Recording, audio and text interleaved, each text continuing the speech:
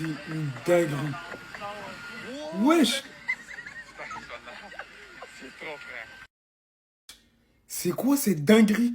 C'est quoi cette dinguerie? L'AS Monaco a vu son vol être annulé pour un problème d'air conditionné. Les joueurs ont tous fini par sortir de l'avion en caleçon. Non mais c'est quoi ça en fait? Ils veulent nous saboter avant la Ligue des Champions. Ils veulent nous saboter avant de jouer face au Club Bruges demain. Théma, comment ils transpirent? On dirait qu'ils étaient dans un sauna. Même pas un sauna. On dirait qu'ils étaient un sauna. Voilà. Il y avait Lechero, Mahone, T-Bag. Ils sont tous sortis en caleçon, les gars. En caleçon, c'est du jamais vu. Même moi qui ai pris les pires vols du monde. Les EasyJet, les Ryanair, les je sais pas quoi. Les Air India. Bon, j'ai jamais pris cet avion, mais... Bref, j'ai jamais connu ça. Eux, c'est des footballeurs professionnels avant un match de Ligue des Champions. Si on perd, je sais sur quoi je vais me reposer. Si on perd, je sais c'est quoi mon excuse. Non, respectez les humains quand même.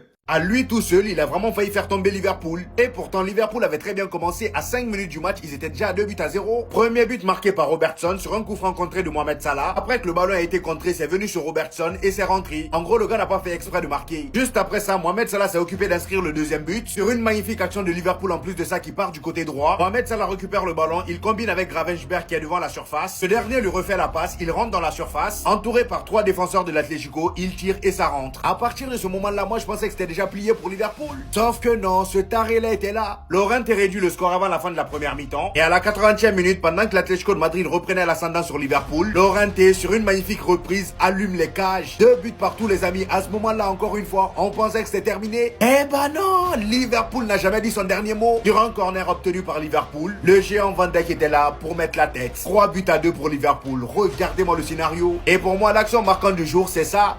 150 millions d'euros par terre. Alexander Isak, premier match, il se blesse déjà. Le plus fou dans tout ça, c'est que pour son premier match, il met Ekitike au banc. C'est quand même une folie. Ekitike, depuis qu'il est arrivé à Liverpool, tous les matchs qu'il a joué, c'est en tant que titulaire. Et là, aujourd'hui, premier match d'Alexander Isak, il est au banc. Voilà donc comment est terminé le match, hein. Le show, après de longues minutes qui tournaient au match nul, et notamment un doublé de Llorente, Virgil van Dijk qui vient mettre le but délivrateur à son équipe à la fin du match, sur une petite tête, Diego Simeone qui pète un plomb, qui part se fight contre un supporter des Reds, qui prend un carton rouge. Mais malgré un beau combat, en vain, il a eu très peu de ballons, mais tout ce que je peux vous dire, c'est que le seul fois qu'on les a vus, c'était très fort. Il va faire très très mal. Je trouve ça juste dommage que pour le premier match de Ligue des Champions, ils ont complètement bench celui qui faisait le taf en attendant, Ekitike. C'est assez dommage qu'il a raté une occasion franche, parce que je me voyais déjà en train de faire sa vidéo où je disais, ils sont où ceux qui l'ont critiqué? Aujourd'hui, hein, il a tapé une action à la création du but, à l'origine, à la fin. Il était complètement inarrêtable en pleine surface, encadré par 3 défenseurs. Mais c'est clairement pour vous dire qu'il en a encore tellement dans le ventre pour cette saison. Je vous le dis, hein, ne l'enterrez pas trop. Dans l'ensemble, c'est une très belle victoire, mais Liverpool est tellement censé proposer mieux que ça avec l'effectif qu'ils ont. Surtout au vu du fait que l'Atlético Madrid, ça regresse clairement cette saison et on l'aperçoit directement en championnat. Je pense qu'il faut encore un petit peu de temps pour qu'ils se mettent bien en place correctement, mais ils sont même pas censés encaisser 2 buts normalement. Et je vous jure, c'est trop une dinguerie ce qui est arrivé à Monaco. Regardez tous torse nu dans l'avion. Mika est en train de mourir de chaud, les gars. Regardez-les, ils transpirent. Qui est arrivé, les mecs, à l'équipe de Monaco qui se déplaçait justement à Bruges pour leur match de Ligue des Champions demain. Et il s'avère que leur avion a eu un énorme problème de clim. Parce que même s'il fait chaud ou pas trop chaud dehors, dans l'avion, il y a toujours la clim, vous le savez pour ceux qui le prennent régulièrement. Et là, en plus, il y a des fortes températures quand même en ce moment. Donc, être en avion par ces températures sans clim, je peux vous assurer, les gars, qu'ils ont eu chaud. C'est pour ça la moitié de l'équipe et du staff ont fini torse nu, dégoulinant, plein de sueur. C'est une dinguerie, autant vous dire que c'est pas la meilleure prépa physique avant un match de Ligue des Champions, les gars.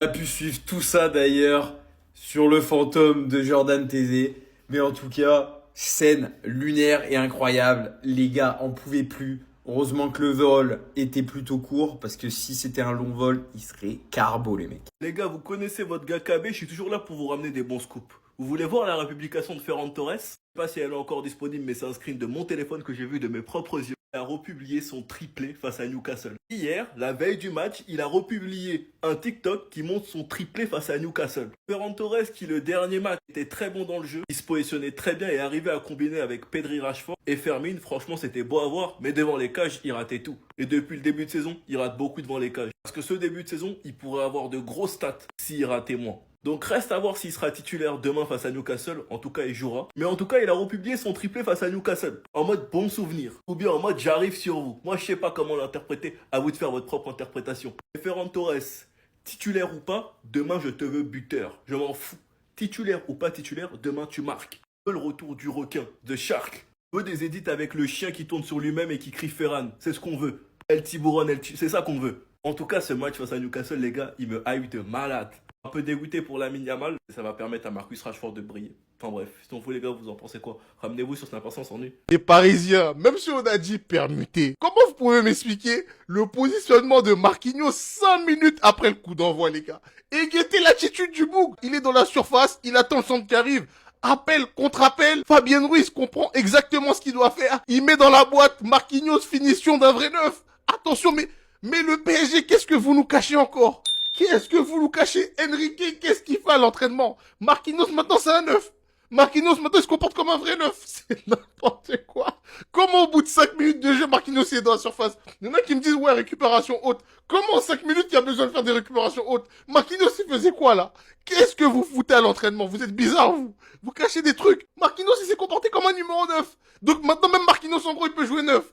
Mais qu'est-ce que vous nous cachez encore? Dites-nous qu'est-ce que vous nous cachez. Non, c'est une dinguerie. J'ai pas regardé le match, mais quand j'ai vu cette occasion-là, j'ai dit, attends, 5 minutes de jeu, Marquinhos dans la surface, déplacement d'attaquant, but. J'ai dit, non, c'est bizarre. Qu'est-ce qu'ils font, ces mecs-là?